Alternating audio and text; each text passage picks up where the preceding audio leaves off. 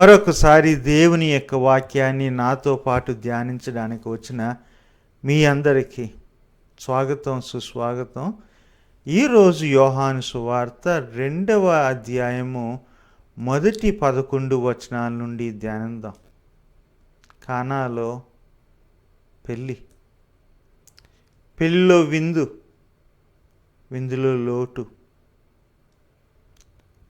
నీళ్ళు పోయడం, ద్రాక్షారసాన్ని పంచిపెట్టడం. ఇది అద్భుతమా, సూచక్రియ? జాగ్రత్తగా వినండి చివరి వరకు. వినడానికి అద్భుతంగానే ఉంది. సరిగ్గా చూస్తే ఈ సూచక్రియ దేనినో చూపిస్తుంది, ఎవరినో చూపిస్తుంది. జాగ్రత్తగా విందా.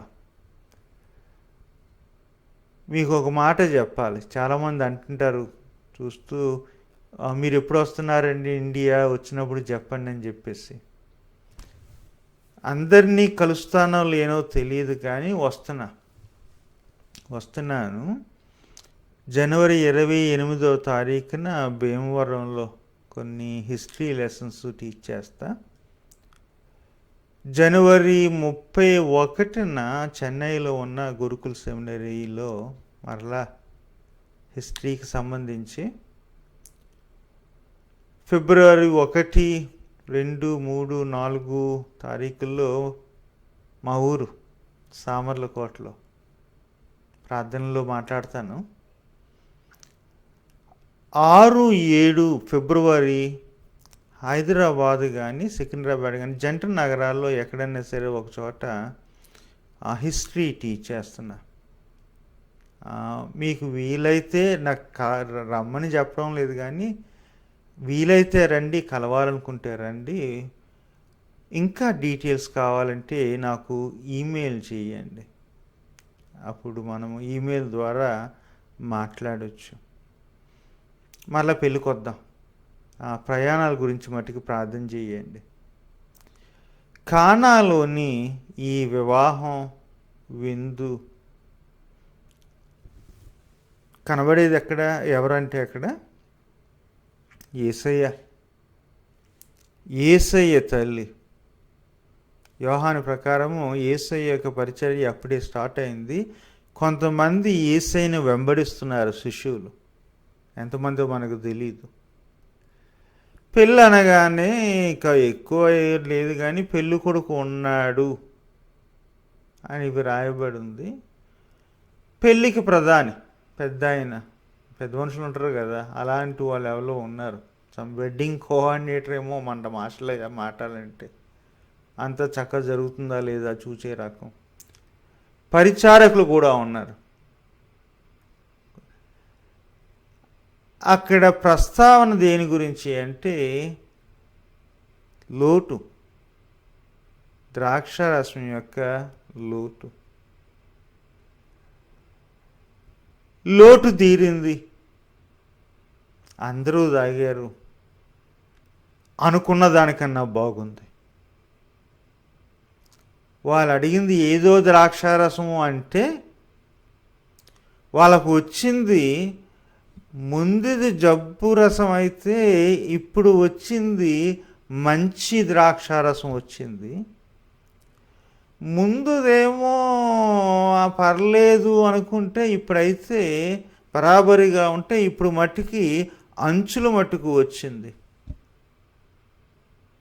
అడిగిన దానికన్నా ఎక్కువ ఇచ్చే దైవం, లేనప్పుడు అనుగ్రహించే దైవం.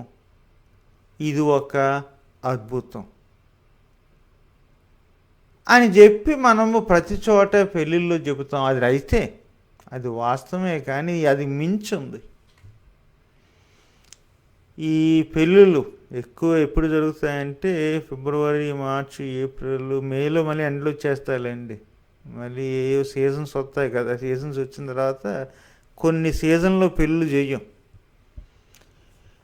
తర్వాత ఆ టైంలో క్రైస్తవ పెళ్ళి అయితే పాస్టర్ గారు లెగుస్తారు.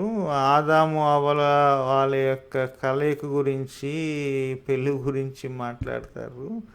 కొంతమంది ఏమో ఈ ఇస్సాకు, ఈ రెబెక్క వాళ్ళ పెళ్ళి గురించి మాట్లాడతారు. తర్వాత ఇక్కడికి వస్తారు, యోహాను సువార్తకు వస్తారు. కొంతమంది పాస్టర్లు ఇంకా ముందుకు వెళ్ళి పౌలు భర్తలారా భార్యలారా అని చెప్పిన మాటలు చెబుతారు.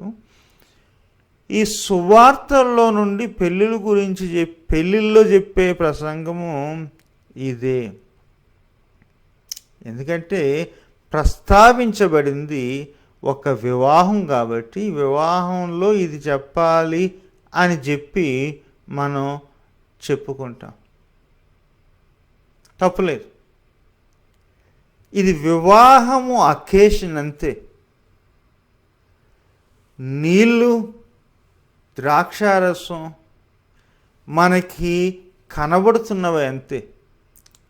కానీ ఈ నీళ్ళు, ద్రాక్షారసము దేనిని చూపిస్తున్నాయి, ఎవరిని చూపిస్తున్నాయి? మీ యోహాను సువార్తలో మీరు అద్భుతాల గురించి వినరు, సూచక్రియల గురించి వింటారు. అద్భుతాలను మీరు యోహాను సువార్తలో చూడరు. అద్భుతంగా కనబడినా సరే అది సూచక్రియ, అంటే జరుగుతున్నదాన్ని చూపించేది కాదు. వెనకో ముందో ఏదో ఉంది, అటు చూడు అని చెప్పేది. మీకు అప్పుడప్పుడు ఎగ్జాంపుల్ చెప్తాను కదా. మా ఊరు వెళ్ళేటప్పుడు అక్కడ ఈ ట్రైన్లో బయటకు వచ్చి చూస్తే, అంటే కిటికీల్లో ఉండి చూస్తే అక్కడ ఉంటుంది ఏంటంటే, ఇదిగో సామర్లకోటకి 40 కిలోమీటర్లు అని చెప్పేసి. వైజాగ్ వెళ్ళేటప్పుడు ఈ రోడ్ల మీద వెళ్ళినప్పుడు అక్కడక్కడ పెడుతుంటారు, వైజాగ్కి ఎంత దూరము, శ్రీకాకుళానికి ఎంత దూరము, విజయనగరానికి ఎంత దూరం అని ఈ హైవేస్లో పెడుతుంటారు. అవి ఉన్న చోటుని చూపించలేదు, బోర్డుని చూడమంటలేదు. ఇదిగో వెనక లేకపోతే ముందు ఇంకొకటి వస్తుంది, దాన్ని చూడండి అని చూపిస్తుంది. అదే సైన్స్ అని అంటారు, సూచక్రియలు అని అంటారు. ఈ యొక్క 11 వచనాల్లో సూచక్రియ ఏంటి అంటే ఈ డీటెయిల్స్ చూద్దాము. పెళ్లి జరుగుతుందంట, బాజాలు భజంత్రాలు ఉన్నాయో మనకు తెలియదు. ఎవరు ఇంకా ఎంత ఎక్కువగా తయారయ్యారో లేకపోతే డెకరేషన్స్ చేశారో మనకి తెలీదు. తర్వాత ఏ లోట్లు పాటలు వచ్చినాయో మనకు తెలీదు, ఎవరే మాట అన్నారో మనకు తెలీదు. తెలిసింది అలా ఏంటంటే అక్కడికి ఆహ్వానించబడిన వాళ్ళు ఎవరంటే మరియమ్మ, యేసయ్య యొక్క శిష్యులు. ఎవరో కానీ ఈ పెళ్ళింటోళ్ళు పెద్దగుంటున్న వాళ్ళనండి. మరియమ్మను పిలిచారు. ఎవరో వడ్రంగి వానికి ప్రదానం చేయబడిన ఒక దీనురాల్ని వాళ్ళ పెళ్ళికి పిలిచారు. ఎప్పుడైనా సరే మనం పెళ్ళికి పిలిచినప్పుడు కార్డులు రాసినప్పుడు ఏం చేస్తామంటే ఎవరు మనకు బాగా కావాలో లేకపోతే ఎవరికైతే ఎక్కువ ఉందో వాళ్ళని పిలుస్తాం, అంటే స్టేటస్ పెంచుకోవడానికి. అంత పెద్ద ఆయన అంత పెద్ద కారులో వచ్చారు మా ఇంటికి పెళ్ళి, మా ఇంట్లో పెళ్ళికి అని చెప్పుకోవడానికి. లేదు అంటే ఎవరన్నా అంత ఈ స్టేటస్ లేకపోతే, పైసలు లేకపోతే, ఆ పరపతి లేకపోతే బాగా దగ్గర అయ్యి ఉండాలి. ఆ తల్లి ఆ టైంలో నా కష్టంలో ఇంత సాయం చేసింది, నాకు తోడుగా నిలిచింది అని ఎవరి మీదైతే మనకి కృతజ్ఞత ఉందో వాళ్ళని పిలుస్తాము. మరి ఆ కేటగిరీ అయ్యి ఉండొచ్చు. మరియని పిలిచారు, యేసయ్యని పిలిచారు. యేసయ్యతో ఉన్నవాళ్ళు కూడా పెద్ద స్టేటస్ ఉన్నవాళ్ళు కాదండి, శిష్యులు. యేసయ్యకే అడ్రస్ లేదంటే ఆ శిష్యులకి అడ్రస్ లేదు. చిరునామా గురించి ఒకసారి చెప్పాను కదా, అడ్రస్ లేని గురువుతో తిరుగుతున్న అడ్రస్ లేని శిష్యులు, అలాంటి వాళ్ళు పెళ్ళికి అంతమందిని ఎందుకు పిలుస్తారు అంటే, పిలుచున్న వాళ్ళు పెద్ద గుండె ఉన్నవాళ్ళు, దాతృత్వం ఉన్నవాళ్ళు, వీళ్ళుంటే పెళ్లి బాగా జరుగుతుంది, పిల్లోడు పిల్ల బాగుంటారు అని ఆశతోనేమో పిలిచారు. వీళ్ళు వచ్చారు. పెళ్ళికి వచ్చిన వాళ్ళు రకరకాలు ఉంటారు. ఏమేమి ఉన్నాయో చూసే వాళ్ళు కొన్ని ఉంటారు. కొంతమంది ఉంటారు ఏమేమి లేవో చూసే ఏమేమి లేవో చూసేవాళ్ళు కొంత ఉంటారు. కొంతమంది ఏమో ఆహా బాగుంది, అది బాగుంది, ఇది బాగుంది అనేవాళ్ళు ఉంటారు. కొంతమంది ఏదన్నా తక్కువైందంటే గొడవ పెట్టి వాళ్ళు ఉంటారు. పెళ్ళికి ఆ మాత్రం గొడవ ఉండకపోతే పెళ్ళి కాదు కదా అనే రకాలన్నమాట. నష్టం వచ్చినప్పుడు, తక్కువ అయినప్పుడు కొంతమంది ఏమో పేర్లు పెడతారు.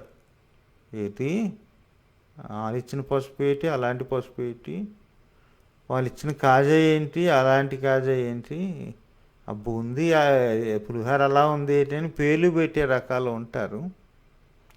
కొంతమంది ఏం చేస్తారంటే, ఇదిగో పాపం ఏదో తక్కువైనట్టుంది, ఏదైనా సాయం చేద్దాము అని సాయం చేస్తారు.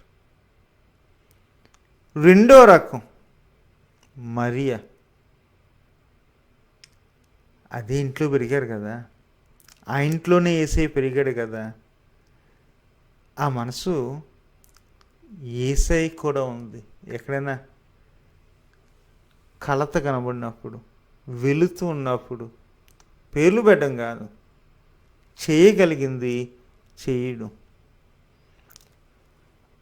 ఖాళీ అయింది, ద్రాక్షరసం లేదు, ఎవరికి అందరికీ తెలిసి ఉండకపోవచ్చు, చెప్తే అలర అయిపోద్ది, ఎవరొకరు వచ్చి గొడవడేస్తారు, వెళ్తుంది.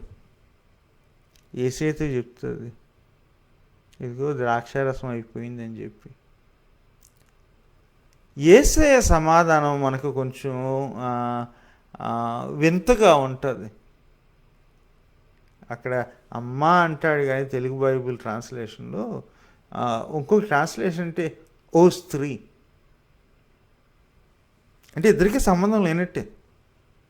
గమనించండి, యోహాను యొక్క సువార్తలో తల్లిగా సంబోధించబడింది కానీ వాళ్ళ సంబంధాలు కొంచెం అంత దగ్గరగా కనబడవు. ఇక్కడ అంటాడు ఓ స్త్రీ. ఆయనకంటూ ఎవరైనా ఉంటే తండ్రి ఉన్నాడు. ఆ తండ్రి ఎవరంటే యెహోవాయే తండ్రి. కానీ ఇంట్లో పెరుగుతున్నారు కదా, ఆ యొక్క చనువుని ఉంటుంది. కాకపోతే సంబంధం అక్కడ యోహాను దేవునికి తనకి యేసయ్యకు ఉన్న సంబంధాన్ని హైలైట్ చేయడానికి ఇక్కడ ఓ స్త్రీగా సంబోధించడం జరిగింది. ఓ స్త్రీ, నాతో నీకేమి అంటాడు. అది ఏ తల్లి కన్నా కొంచెం ఇబ్బందికరంగానే ఉంటుంది. ఓ స్త్రీ నాతో నీకేమి అంటే ఎలాగుంటుంది చెప్పండి? ఏ తల్లి కన్నా ఇబ్బందిగానే ఉంటుంది. మరియమ్మ పెద్దగుండు మరలా ఏముంటుందంటే, పరిచారకులను చూసి ఈయన ఏం చెబుతాడో అది చెయ్యండి అంటాడు. నిజానికి ప్రసంగికులు మరియమ్మ దగ్గర నేర్చుకోవాల్సింది చాలా ఉంది. సాక్షులు మరియమ్మ దగ్గర నేర్చుకోవాల్సింది చాలా ఉంది. శిష్యులు మరియమ్మ దగ్గర నేర్చుకోవాల్సింది చాలా ఉంది. ఇదిగో నేను చెప్పింది చేయండి అనే ఆ యొక్క నాయకురాలు కాదు, ప్రసంగికురాలు కాదు. ఇదిగో ఆయన ఏం చెబుతాడో అది చెయ్యండి. ఈ రోజుల్లో అలాంటి ప్రసంగికులు నాకు చాలా అరుదుగా కనబడతారు. యేసయ్య అది చెబుతున్నాడని వీళ్ళు చెప్పేస్తుంటారు. నేను చెబుతున్నాను యేసయ్య తరపున అని వీళ్ళు చెప్పేస్తుంటారు. నేను చెప్పిందే చెయ్యండి, నేను చెప్పింది చేయకపోతే మీరు యేసయ్యకి వ్యతిరేకం అని చెప్పే రకాలు. అంటే వీళ్ళే ప్రభువులు అన్నమాట. మరియ చెయ్యాల్సింది చేసింది, చెప్పాల్సింది చెప్పింది. నేను ఇది చెప్తున్నాను చేయండి అనలేదు, ఆయన చెప్పినట్లే చేయండి అని చెప్పి. నాయకులారా, విశ్వాసులారా, తల్లిదండ్రులారా, ప్రసంగికులారా, సువార్థికులారా, బోధకులారా, మనం చెప్పింది అందరూ చేయాలని చెప్పడం కాదు. ఆయన చెప్పినట్టు అందరూ చెయ్యండి అని వినయంతో చెప్పాలి. మన పనే అది. ఆయనను చూపించడం మన పని. ఆయన మాటను వినండి అని చెప్పడం మన పని. చెబుతుంది, వాళ్ళు చేస్తారు. యేసయ్య అక్కడ రాయబడి ఉంది, దాదాపు 568 లీటర్లు పట్టే రాతి బాణలు ఉన్నాయంట.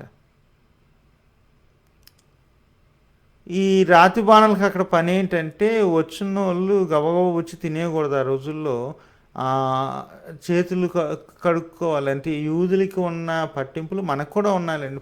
చేతులు కాళ్ళు కడుక్కుంటాం కదా, అలాగ వాళ్ళు శుద్ధీకరించుకోవాలి.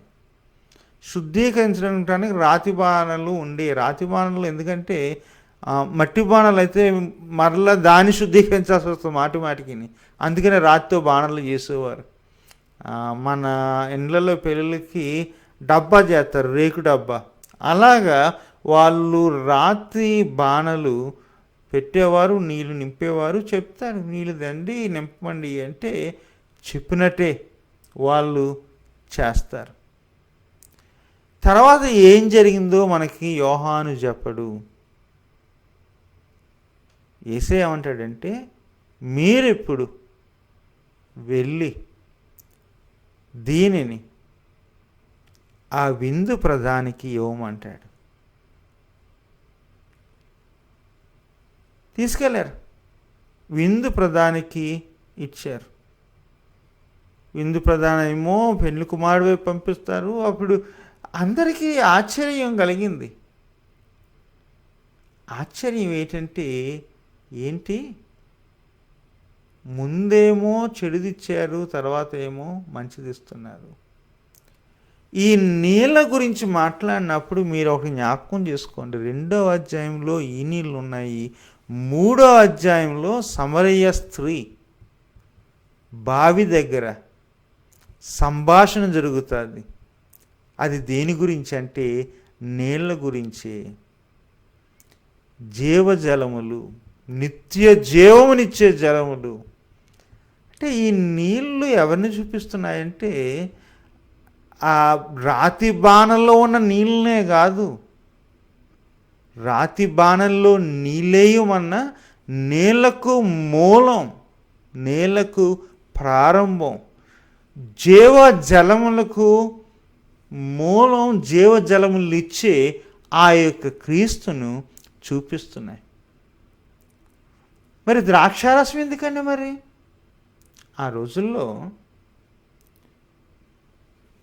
మిగిలిన గ్రంథాల్లో, అంటే వాళ్ళ యూదా గ్రంథాల్లోనే కొన్ని గ్రంథాల్లో ద్రాక్షారసం గురించి మాట్లాడినప్పుడు ఒక నూతన యుగము, క్రొత్త సమయము, క్రొత్త యుగము గురించి, నవీన యుగము గురించి ప్రస్తావించేవారు. రోజు రాబోతుంది, అది మెస్సయ్య యొక్క సమయం, మెస్సయ్య యొక్క దినం. దాని గురించి మాట్లాడినప్పుడు ద్రాక్షారసం గురించి ప్రస్తావన చేసేవారు. నీళ్ళు ఇప్పుడు ద్రాక్షారసం. యోహాన్ అంటున్నాడు చదువుతున్న వాళ్ళతో, ఇదిగో ఆ ప్రవచనం, ఆ నూతన యుగం ఇక్కడికి వచ్చేసింది. అక్కడ మళ్ళీ వాళ్ళ సంభాషణ ఏంటంటే, ఇదే ఇప్పుడేటి మనకు మంచిది ఇస్తున్నారు, ముందేదో చెడ్డది ఇచ్చారు, జబ్బుది ఇచ్చారు అని వాళ్ళు జోకులు వేసుకుంటున్నారు, కానీ అది చాలా సీరియస్.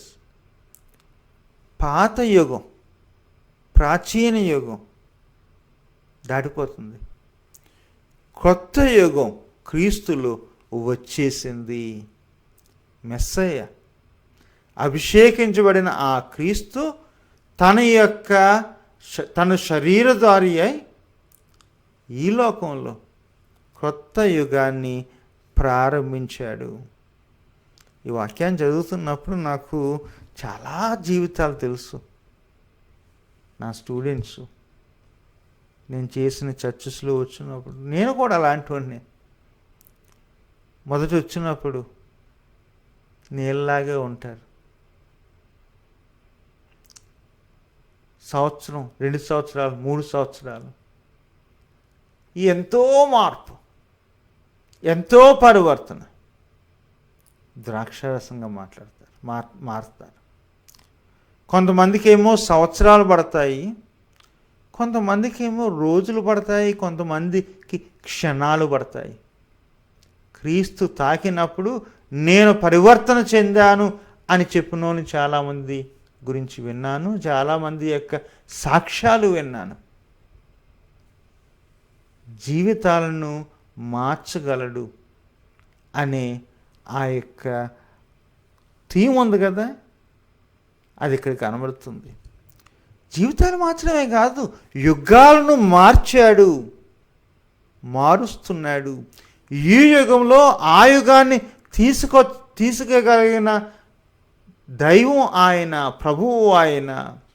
అందుకనే ఈ యొక్క వాక్యాన్ని ప్రతి సంవత్సరం చేయాలి, కానీ 3 సంవత్సరాలకు ఒకసారి కొత్త సంవత్సరం ప్రారంభంలో ప్రస్తావించడం, బోధించడం జరుగుతుంది. ఏంటంటే పాత యుగం ఉంటుండగానే కొత్త యుగాన్ని తీసుకొచ్చేది, పాతకాలం ఉంటుండగానే కొత్త కాలాన్ని తీసుకొచ్చేది, పాత సమయం ఉంటుండగానే ఆ సమయంలోకి కొత్త ధనాన్ని కొత్త సమయాన్ని తీసుకొచ్చేది, పాత జీవితాల్లో కొత్త జీవితాన్ని ప్రారంభింపజేసే ఆ శక్తి క్రీస్తుకే ఉంది అని జ్ఞాపకం చేయడానికి ఇది సూచన.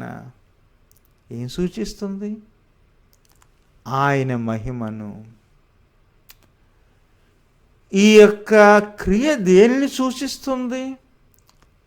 ఆయన పరివర్తన చేయగలడు అని ఆయన యొక్క శక్తిని.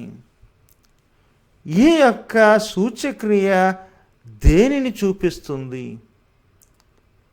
క్రీస్తులో నూతన యుగం ప్రారంభమైందని, ఆయనలో కొత్త యుగం ప్రారంభమైంది. అది డౌట్ వచ్చిందే, మరి అడుగుతుంది. ఇదిగో లాజరు చనిపోయాడు, నాకు తెలుసు ఆ రోజు వచ్చినప్పుడు లేస్తాడు అని చెప్పి యేసయ్య అంటాడు, పునరుద్ధానం, జీవం నేనే, ఆ రోజు వచ్చేసింది.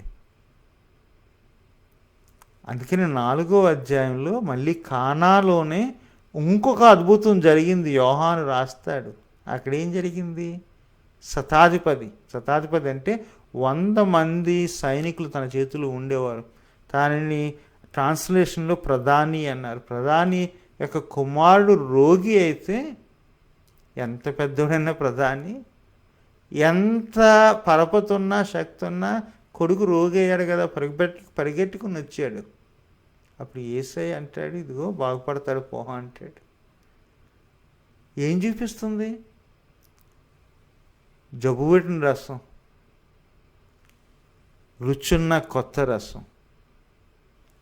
2వ అధ్యాయం, జబ్బుపడిన కొడుకు తిరిగి వెళ్ళినప్పుడు ఆరోగ్యకరంగా ఉన్న కొడుకు. కానాలోని అద్భుతాలు, సూచక్రియలు ఏంటంటే క్రీస్తు నీళ్ళలోనే కాదు, మనుషులలో, యుగాలలో మార్పు తీసుకొస్తాడని చెప్పి. మార్పు పొందుదాము, ఆయన తీసుకొచ్చిన మార్పుతో బ్రతుకుదాము. మనుషులు మనలో ఆ గతంలో చూసిన నీళ్ళే కాదు, క్రీస్తుని చూపించి ద్రాక్షారసాన్ని చూడాలి. ఉంటాను మరి, సెలవు.